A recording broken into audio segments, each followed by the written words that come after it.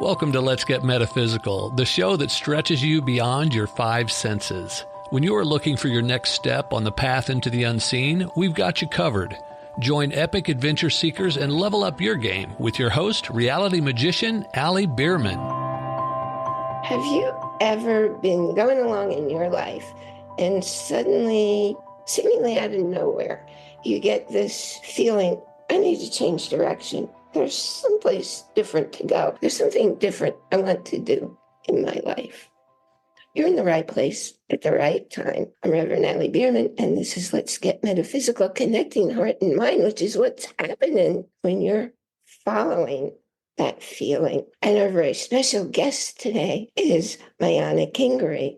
Now, you saw her way back when I first started doing this show, which was almost 3 years ago.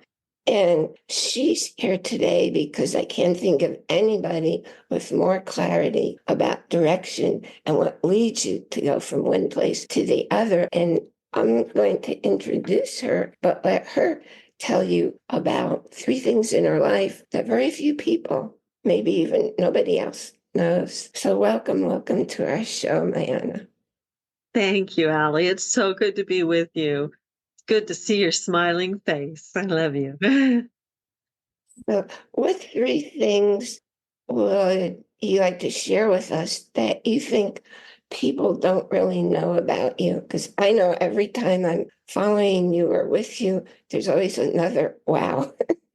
Well, I was thinking about this overnight as I was preparing to talk with you. And one thing that people may not know is that when I worked for the Highway Safety Department in Idaho, and I was a bike ped and emergency services grants officer for the Federal Highway Safety Department. And I had a vision to create a commercial to get high school students to wear bike helmets, because whenever somebody died on a bike or a pedestrian, I was the first one notified.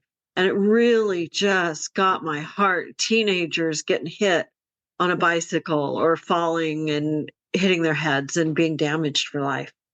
So with the team that was there, I wrote and created this commercial and hired students from Arts West High School, private arts high school there in Eagle, and produced this video that won a national award. The National Highway Traffic Safety Commission awarded that commercial was the best in the nation. And, that was fun. And I got to give some students credit on an award-winning video. So it helped their careers because they were wanting to be actors. And it showed them riding bicycle helmets on their bikes on the green belt and it being cool to wear a helmet. So that was fun. Another thing people might not know is I came from a really poor background. I was on the wrong side of the tracks, and in high school, in 10th grade, in Caldwell, Idaho, these people came to the school to do makeovers, and they were doing hair and makeup, and I volunteered, and my long straight hair that I'd always had got cut into a Tony Tennille. Do you remember Tony Tennille? Yeah. And her hair, how it was curled under and, a little below shoulder length and, curled under at the bangs. So I had a Tony Tennille haircut and I felt so wonderful about myself. How exciting. And I remember who I am, where I've been. I know where I'm going. I remember my past lives. I remember being other perspectives of myself, and have learned how to integrate that into my physical life here, because it's not about who I was. It's about knowing what I knew. And that's helped me to be the best me I can be. That's so exciting because I live that way too. There's always something very striking when I'm with you. Like the last time we talked about that amazing tree that you painted. Yeah. Do you want to see it again? I can show it again. Yeah, that's. And Painted up on the ceiling when I And paint. look who's up there. Can you see that? I see, but I She's a can't. it's a talking stick that I added. A baby robin died in my yard, and I put its wings on her, and she has traveled with us across the world, and she's going on our hardest journey with us to Europe again for the second time. There's so many exciting things, so many places to go. How about we jump into what's your hardest journey about? Oh, well, in 2017, we got the first call. I was at Mount Shasta and got a download. When I get a download, and so the mountain and the beings there were speaking to me, but it's not verbal, it's sensation. And it comes through in vibration. And then I have to interpret it as the days go by. And it took about 6 months to really understand what I was being asked to do. And it was about connecting the heart and the root directly. And in my work in the Blue Lotus chakra bloom, that you could reference, but I don't want to go into it right now, is the heart and the root in our chakras connect directly. So I understood, okay, Mother Earth's chakras need to connect the heart and the root directly. So we found out that Dobogokur, Hungary, that translates meaning the heart beating stone. Hungary has the most mineral waters in the world. The nation is shaped like a heart. The Danube flows through and curves around and goes south, just as if it's making a heart. And right in the center of that is Dobogokur. And at first, we couldn't find any information about Hungary and the heart. And then we found some elders there. After about 6-8 months, I found some elders there that say we're the heart. And then 2 months before we left, the Dalai Lama went there and said, you can hear the mother's heartbeat on this stone. And then Glastonbury, England, at Chalice Well, I knew that people considered that the heart. And I've seen maps of the chakras, and that's where the heart was located. So I was feeling into this, and I was guided. I just felt like I needed to draw it on a map and draw circles around the two places and see how they overlap. And it came to me that they're the masculine and feminine heart of Mother Earth, that the feminine heart in Hungary, where the heart beating stone is the masculine point within it, and Chalice Well is the feminine point within the masculine heart in Glastonbury, England. So this feminine heart had been closed down because of Stalin communism, and there was no awareness of the mother and the heart in Hungary. So we went and we had ceremony, and we traveled across Europe, and it was just a really wonderful thing. And by the time we got home, the Me Too movement had launched, and it was no longer okay to treat women at work as if they were sexual objects or less than the men. So I'm like, wow, that's confirmation. So now we've been called to go a second time. And this time we'll be in Glastonbury on Earth Day, April 22nd. And we're also doing some global medicine wheel work where people can be all over the globe, wherever they are. Add your heartbeat. Mother Earth is at the point where she is ready to birth something new. She's in the birthing process. World Water Day, March 22nd, was the first wave of our global medicine wheel. And it's like the waters, mother's waters, the pregnancy, the amniotic fluid of mother. We gathered water from the convergence of the New River. So the north and south forks of the New River come together to make the full New River, which is the oldest river in the world. And it's in Appalachia, in Boone, North Carolina. So we gathered waters from there, had ceremony that day on World Water Day. And now we're taking that water to Chalice Well and to the Danube.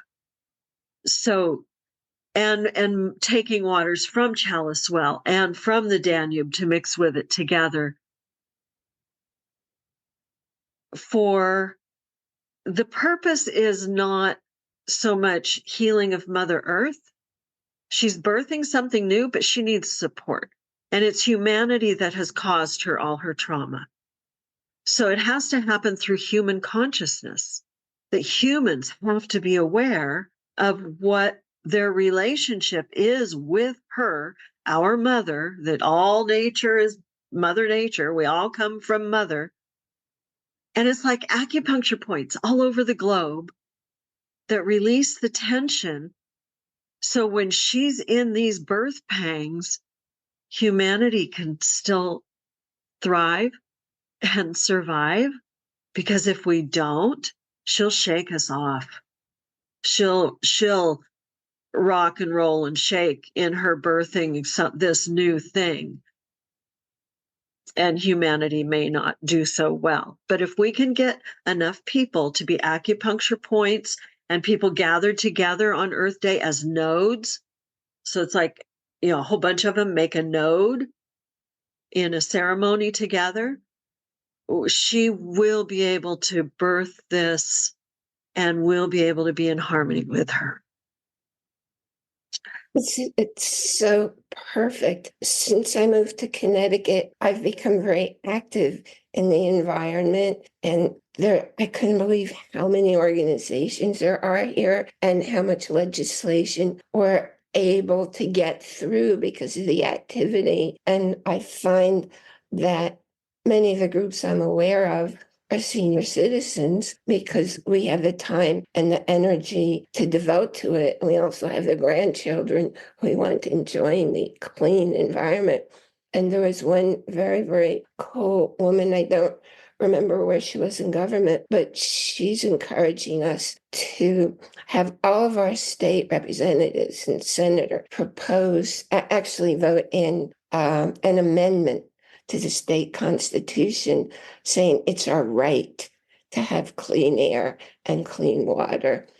And that's like, can you imagine if we could get that done across the whole country, across the world? Across the world. It's not only our right, it's our responsibility. It's our privilege. We have to recognize that humans have caused great harm to Mother Earth. And we've come really close to annihilation several times. And we're at that choice point again. And if we can rise up together, so I feel her energy rising up through me. And it's like the roots drawing up the liquid to make for a tree, like a tree draws up the fluids from Mother Earth and the waters. So if we can each allow her to come up through us and not put our ideas of what that might be or look like or feel like. As we were driving to Boone on World Water Day, and I was like, wow, what is she birthing? What is this new thing that we can't comprehend? I still didn't comprehend it, but I had this feeling of, wow, that's it? Cool. Wow, you're so awesome. I still don't know what it is, but it's like a new dimension. It's like third, fourth, and fifth dimensions merging together into something new so we can live in this world in our full awareness and in harmony with each other and nature and the nature spirits and the higher angelic purposes and the human being. Aligning the human heartbeat with her heartbeat. So the Hardest Journey invites people to add your heartbeat and add your voice. Speak about this often, that there's way more wisdom in plants and trees, and the trees have been like encased in ice, and now things are budding out. And I was just walking around, and I might be the only person in my neighborhood who does that. So I was thinking yesterday, I can't walk with other people because I have to stop every few feet and like observe something or get a communication from it. And that's what I was doing in the yard yesterday. It's so nice. Some are already blossoming, and it's just it's such a strong vibration. It's such a wonder how they can shut down, but they're not dying. And they make it through really severe weather. And a lot of branches were blown off in high winds. And they're just have this knowing. And you and I were talking before about knowings. Can you explain it so our listeners have a different perspective other than mine? Sure. So knowing is something that it's yours. Nobody can ever take that away from you. A belief can change when you learn new information. So I don't believe anything. I know what I know. And when I know that I know that I know it, it's true for me. So how do I know when I need to make a change in my life? I feel, I actually feel to turn and go this way instead of this way, or go talk to this person and stay away from this person. It's a feeling that can't be comprehended by the mind sometimes. But I was trained, my inner training, I haven't been trained by other humans so much. I haven't gone to classes and schools and stuff for that. I went inside because Jesus says the kingdom of heaven is within. And I believed that. I was raised in Christianity, and I'm not any longer that because I've gone beyond it, because it's not what he taught. But I wanted to know, who are these beings that are considered my family? And I went within, and I was trained, turn right, turn left, drive as I'm driving, turn left here, turn right here, go in that store, and something would happen. So I took that practice as a training of, I don't know where I'm going. I don't know what's going to happen. I'm just going to follow my inner GPS system. So I developed eventually, working with Barbara Marx Hubbard's Wheel of Co-Creation, I developed 12 spheres of influence for the person, the individual, where you can get to know 12 aspects of yourself that are here to help create your human life experience. And they're not always in harmony, because, like, if you have in your past a dragon slayer and a dragon both on the council, they might be fighting each other and not too happy. So it's about going into those other realms and figuring out, how can my life here support them both so they can become harmonized with each other through me. So I teach people how to do that. What's the best way for people to find you so they can follow you and be part of what you're sharing with us? Well, our main nonprofit website, where you can find out the information about harmonizing yourself, your community, and programs that we have, is peaceproduction.org. And it's singular because there's only one piece to produce in the heart of humanity. Our journey that we're taking, we have a Facebook page called Heartist, HEARTIST. And then we have a website, heartist.us.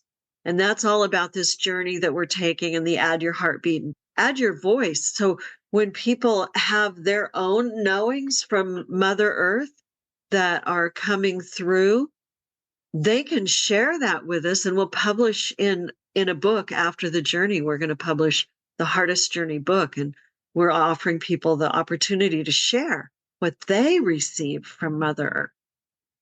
And then we have the Global Medicine Wheels. So there's a Facebook group called Global Medicine Wheel, where we share it's 3 waves of a global medicine wheel. Wherever you are, you choose your direction. The Native American medicine wheel is focused on north, south, east, west, above, below, and within. So you can choose any of those directions, all of the above. Anything in between, you can say, I'm going to stand in the Northeast or the Southwest or the whatever, or the in and out. You choose your direction and you stand with Mother Earth on Earth Day. That's the acupuncture needle, the acupuncture point where you say, I'm standing with Mother Earth and I'm letting this energy that she needs to let release flow out through me. And the third wave, so the first wave was March 22nd, World Water Day. The second wave is April 22nd, Earth Day, and that's when we'll be in Glastonbury at Chalice Well. And some are joining us there. Anyone's welcome to. It's not formal. It's just a gathering of souls and a gathering of hearts. And then the third wave, there's a little space in between, and it's June 21st, and that's for International Children's Month, their focal day, June 21st. And that's the third wave. So by then, we hope humanity all across the globe will be harmonized, and there will be so many changes we won't even recognize this world. So many good things will be happening and growing. That's so cool the way everything comes together, because there's all this hoopla going on about the eclipse, the solar eclipse. There are 5 eclipses like every year that happen, but solar eclipses, they're pretty rare. And they're called citizen scientist groups all over the place. And I was just reading about them yesterday, who do all the work because the scientists don't have the time to collect it all. So citizens all over, it's like all these acupuncture points, it all fits together. So that's in a more mainstream, but in the big picture, it's really all the same thing. Absolutely. Absolutely. And I just read this morning, the Hopi have put out their perspective of eclipses, and they say that the eclipse is the time when the sun and the moon really come together to communicate with each other completely and totally. And it's like, give them some privacy. This is a time to go within. This isn't a time to go watch and listen to them. It's a time to let them communicate with each other, go within, give them their space, and then they'll come out with new information for us on the other side of it. I thought that was interesting. I repeat what you just said.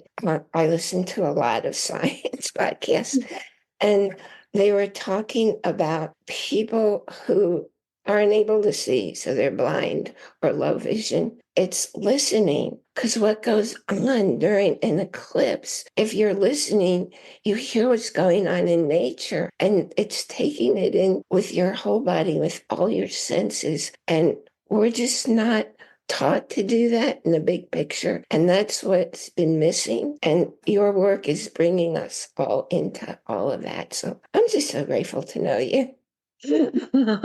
Thanks, Sally. I'm grateful to know you too, and to see your growth and changes through the years and how you really do help people thrive. And, that's been one of your sayings is thrive, don't just survive. And through all that you've been through and all you've grown through, it's so beautiful to behold. I'm glad to walk with you on this lovely planet. That's so cool. Thank you for mentioning that, because actually on May 2nd, it's my 10-year anniversary for the book. And what I've learned since the book 10 years ago, I need to do some updating in it. It's also the 3rd-year anniversary of this show. So it's a really big deal day. I think you're probably the only person who has an awareness of the book and all that's been changing for me, and the extent of who I'm able to reach. It's like, so there's no such thing as distance. And I wish you were closer, but I've also spoken before of there's no such thing as distance, because we can just know we're connected, and immediately we're connected, which is a whole lot faster than getting in the car. Right. And when we tune our inner intuition and our knowings, then it's like the internet is practice for the internet. Because we may have a time when we don't have this technology, but we can still meet in our hearts at and communicate with each other and know how each other are doing. And, oh, I need to call Allie, or I need to go see Allie, or I need to go here or there. Somebody needs me. And we can know it in our hearts. So the practice of this distance communication can help us to really develop our inner net. I'm just thinking of all these times throughout my family when that's certainly been fact. I'm so grateful that you're able to spend some time with us. And I know you're going to have an extraordinary trip. As an energy practitioner, I wanted to throw out I've been aware for a long time that Hungary seems to be the center where all this wisdom, health-wise, is coming from. Yes. Yeah, Hungary, I mean, like the first trolleys were in Hungary. They have the first bridge, like the San Francisco Golden Gate Bridge. They're engineers, scientists, and designers, brilliant. They're a people different from all the other people in the world, and their language is separate from the language tree. It's like the root of all languages. And it's interesting. Here's something people won't know is that while we're in Hungary, and we'll be there at Dobogo Kur on April 30th for Andras, my partner's 80th birthday, sorry, 30th, his 80th birthday, and May 1st. And then I'm getting 7 crowns on my teeth in Hungary. I can get 7 crowns for the price of 1 in the US with insurance. So Andras's cousin makes teeth, and he's referred us to the best dentist in Budapest. And I'm going to get 7 crowns. So I have to make sure my crown is straight, because energetically, 7 crowns on top of that, if I'm not aligned here, could flip me over. So I'm doing everything I can to be in my alignment for going and getting the 7 crowns on my teeth. And coming home with the minerals of Hungary in my mouth. Wow. And that's no accident, 7. I can hardly wait to learn about that experience and what changes for you. Oh, me too. I'm really excited. And we're going to spend a lot of time in the healing waters there, because there are more spas in Hungary than anywhere else in the world. And I'm going to just really be nurturing and taking care of myself through that. We'll be there, I think, 2.5 weeks. And then I get to go back to England and see my sons in England and spend a few days with them before coming back home. Wow, that's exciting. Well, I thank you so much for being you, because I learned so much from you, and I think the world learns a whole lot from you. And it's important to get this out. This will definitely be the next show that's released. It'll go live on Monday. Thank you, Allie.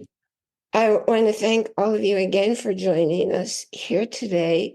And remember to join our Facebook group, where you can ask questions, make a new friend. And I put extras in there in addition to the show every week. When you go to our show page, you can listen to or watch any episode. And I'll also note the first episode that we had with Mayana. Everything mentioned will be in the show notes, of course. When you're looking at what do you want to choose for the gift that Audible gives you, when you click my link, you get a free Audible audio book and 30 days to look through the whole site. And you need that 30 days because there's a whole lot of stuff there that you won't find anyplace else. Remember to enjoy every moment, because nothing in your world happens outside of you, and it all happens within. I look forward to being here with you next time. You've been listening to a talk on the wilder side. Thanks for tuning in to Let's Get Metaphysical. Be sure to subscribe so that you don't miss a single episode, and while you're at it, please leave a rating and review, and be sure to share it with your friends. Tune in every Monday for more exciting insights and wisdom on life beyond your 5 senses. Until next time, take a small step in a new direction. Start now.